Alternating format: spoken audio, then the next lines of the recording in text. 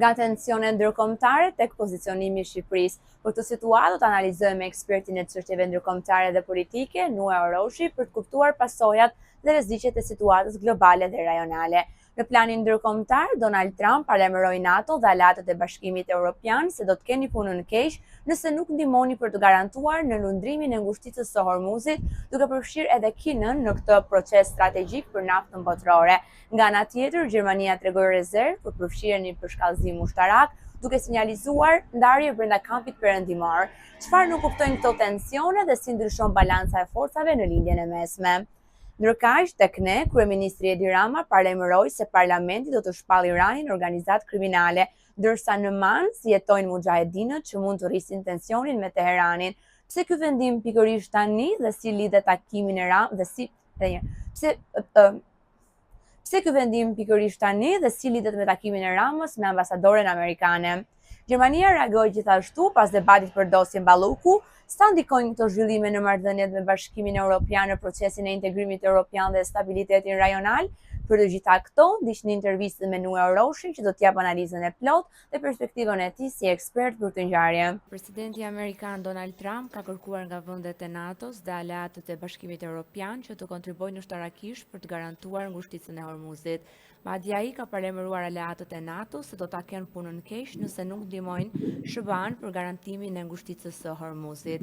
Si e lexoni ju këtë deklaratë? Po shikoni, tash konflikti apo lufta në mes të Amerikës, Izraelit dhe Iranit me partnerët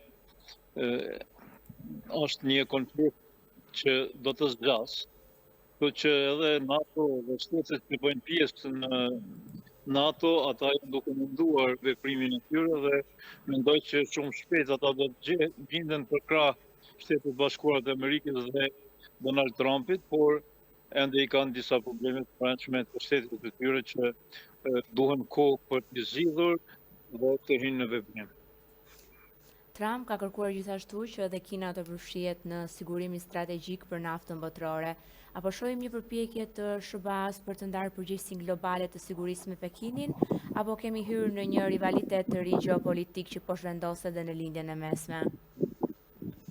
Sa i përket Kinës, atëherë është një pyetje shumë e madhe sa do t'i bashkohet planet të Shtetit Bashkuar të Amerikës dhe NATO-s, dhe kjo strategji botërore vërtet shumë shpejt do të bëhet publike se kush do të orientohet.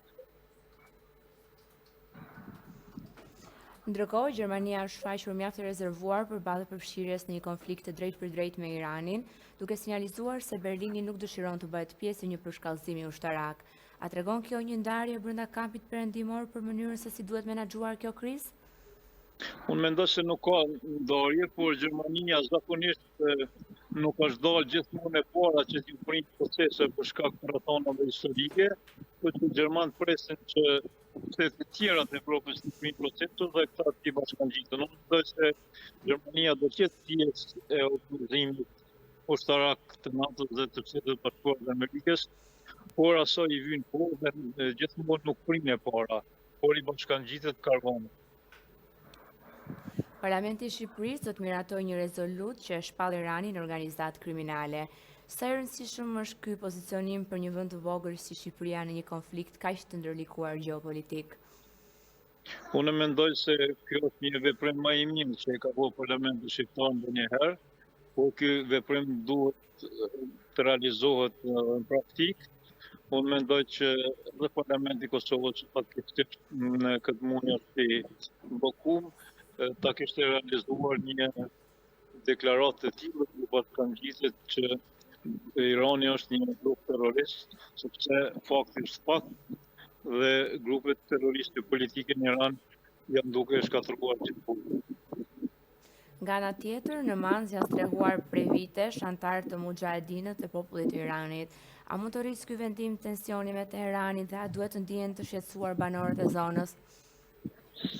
Natyrisht se konfliktet botërore asnjëherë nuk ka qetësi, që edhe Shqipëria, Kosova, po dhe të tjerë qytetarë janë aty, por ne shqiptarët duhet ta ndjekim rrugën perëndimore, ashtu që kemi ndjekur historikisht, kështu që mendoj se Shqipëria dhe Kosova shqiptarët të jenë në rrugën e drejtë të përkrahjes së Donald Trump dhe Shtetet Bashkuara të Amerikës për një votë të qetë dhe demokratike.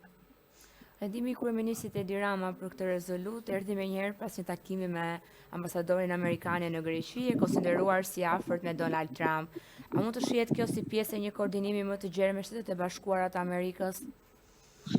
Po institucionet si në Shqipëri, si në Kosovë dhe çdo institucion shqiptar duhet të koordinohet shumë ngushtë me Shtetet e Bashkuara të Amerikës, pavarësisht politikave të brendshme që i ka. Ne duhet të marrim mësim nga Pajkonita, të marrim modhi Pajkonita, i cili drejtori është mbëreti shqiptar Ahmet Zogu dhe i thotë brenda Shqipërisë do të luftoj si kundërshtar politik, por jashtë Shqipërisë jam ambasador i yti do ta mbroj qëndrimin e politikës shqiptare dhe të shtetit shqiptar. Gjermania gjithashtu ka dërguar sinjale shqetësimi ndaj Shqipërisë pas reagimit të parlamentit për dosjen Balluku. Si ndikon kjo në marrëdhëniet me Bashkimin Evropian dhe në procesin e integrimit? Po në mendoj se Bashkimi Evropian është duke kërkuar korrupsionin dhe krimin e organizuar në Shqipëri dhe në vende të tjera të Ballkanit. Kështu që sa më shumë që të thotë krimi i organizuar të politik, që të krimi korruptiv, do thotë marrëdhëniet me Bashkimin Evropian do të jenë më të afërt. Gjatë podcastit të tij, kryeministri Edi Rama deklaroi se Balluku e përplasi Shqipërinë me Bashkimin Evropian dhe se SPAK e ktheu në delen e zezë të Europës. Si u duken këto deklarata dhe sa pasqyrojnë realisht situatën e Shqipërisë në raport me institucionet evropiane?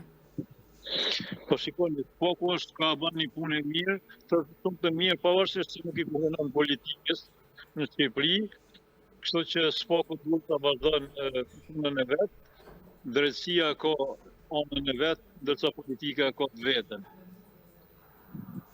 Faleminderit shumë për kohën. Faleminderit edhe për juve. Kaloni një ditë të mbarë. Mirupafshim, kalofsh mirë.